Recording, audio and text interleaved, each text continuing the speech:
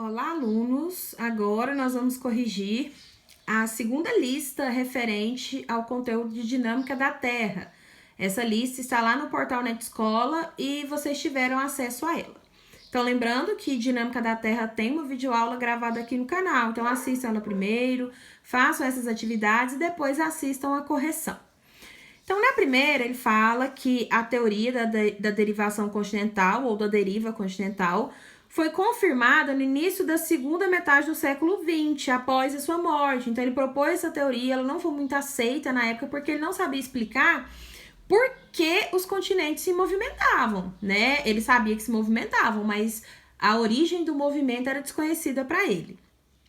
Então, fatores que comprovaram essa teoria, né, que são evidências da deriva continental, dessas alternativas nós podemos marcar a D, que é a forma da crosta da costa da África e da América do Sul. Então, se vocês observarem, né, a América do Sul e a África, vocês conseguem ver um encaixe quase perfeito entre eles, o que quer dizer que talvez em algum momento eles estiveram juntos.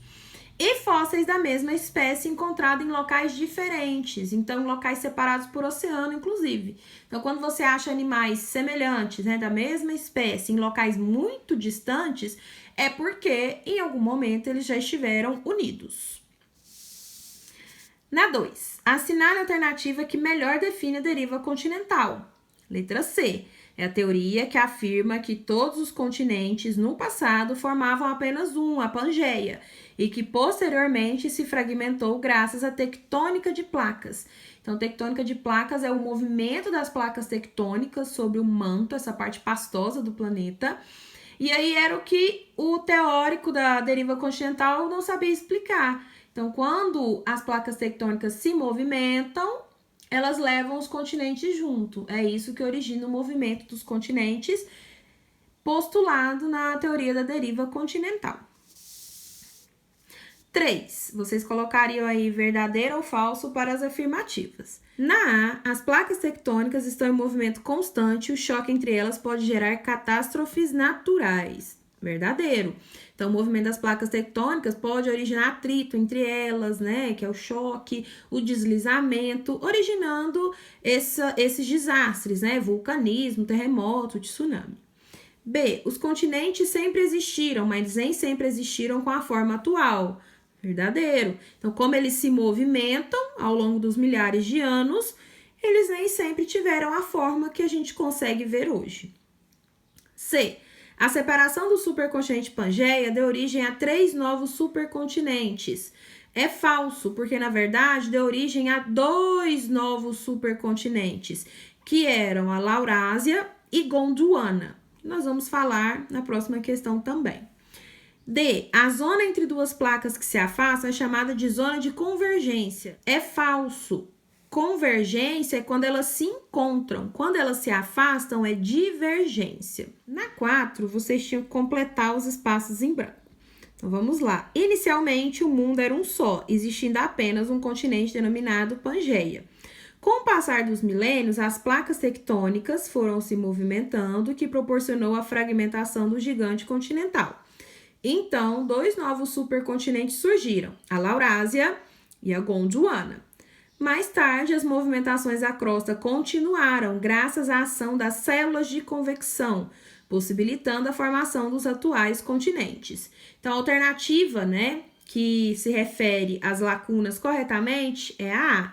Placas tectônicas, Laurásia, Gondwana e células de convecção. No vídeo que eu gravei para vocês, do conteúdo de dinâmica da Terra, eu não falei de células de convecção, mas é uma coisa muito simples.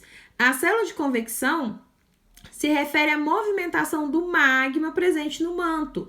Então, essa parte pastosa aí de rochas derretidas, que quando sai dos vulcões a gente chama de lava, representa aí, né, como que as placas tectônicas se movimentam, é responsável pelo movimento das placas tectônicas.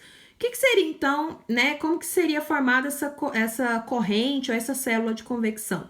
Nós estudamos formas de transmissão do calor e estudamos a convecção. Podemos exemplificar a convecção da seguinte forma: uma panela de água esquentando no fogão. Então, a água ela vai ser esquentada por partes. Então, a parte inferior, quando ela esquenta, ela fica mais leve, ela sobe, e a parte da água que ainda está mais fria desce, porque fica mais pesada. E isso acontece também com o magma. Ele esquenta, né? O aquecimento dele acontece de forma desigual por convecção. A parte inferior, que está em contato com a maior temperatura do centro da Terra, esquenta, sobe, e a parte superior, que está com menor temperatura, desce. E acontece esse movimento contínuo. Isso forma uma célula de convecção. Mas é importante lembrar que um ciclo de corrente de convecção do magma, né, subir e descer, demora centenas de anos. Por isso que o movimento dos continentes é muito lento.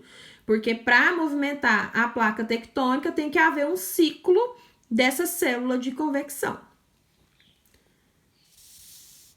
Na 5, ele pede aí mais uma pesquisa para vocês, né? Quais as cordilheiras montanhosas formadas pelo movimento das placas tectônicas continentais?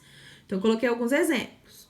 Apalaches, na América do Norte, Andes, na América do Sul, Atlas, na África, Alpes, na Europa e o Himalaia, na Ásia. E aí, por último, temos, né, a seguinte pergunta. Quais são os 2 continentes cujo perfil do litoral apresenta um encaixe perfeito embasando a teoria da deriva continental? América do Sul e África, como já falamos anteriormente. Então, por hoje é só.